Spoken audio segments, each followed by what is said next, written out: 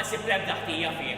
Hekk kif ta' kull sena tibda riesqa l-ġimgħa mqazza, huma ħafna l-gruppi f'diversi lokalitajiet madwar Malta li jħejju drammi differenti fuq il-passjoni ta' Kristu. Għat-tielet sena konsekuttiva, il-grupp tal-Abbatini fih dan is-santwarju Madonna tas-Sacro Cuore ta' Sliema għaddejjin ġmielhom jippreparaw b'entużjażmu id-dram bl-isem Mal-Passi tal-Passjoni. Id-dram ħadan l-isem hekk kif ix-xeni relatati mal-Passjoni ser ikunu qed jittellaw f'toroq differenti madwar ta' Sliema.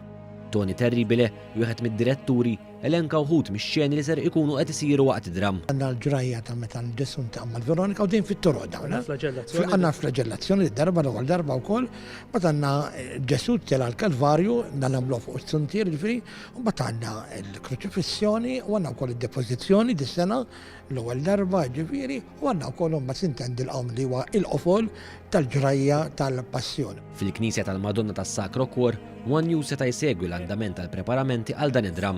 Hayden Pesci, li ser jinterpreta l-parti ta' Erodi, spjega kif din hija parti partikolari minħabba l-atteġġament eċċentriku tal-karattru nnifsu. Mela din hija t-tieni sena tiegħi li ħankun qed nieħu sehem, ħankun qed ninterpreta l-parti ta' Erodi.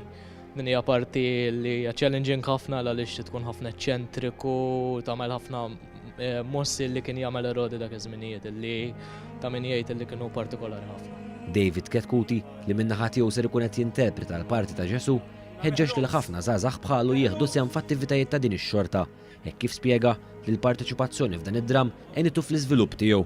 Kieku kien ngħid xi ħaġa li żgħażagħ, jien kienet tkun li ġala darba xi ħaġa li tħobb veru f'ambjent ta' knisja forsi tgħid isma' jiena antiklerikali jew ma naqbilx. Ma fhem, fl-aħħar mill-aħħar esperjenza li qed tgħinek. Fil-każ tiegħi jiena attur minix.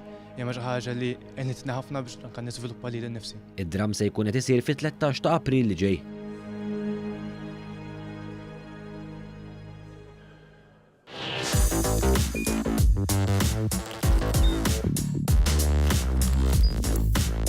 Idħol fuq one.com.mt u hemmhekk tista' tara l-programmi kollha li jxandru fuq One permezz ta' One Play.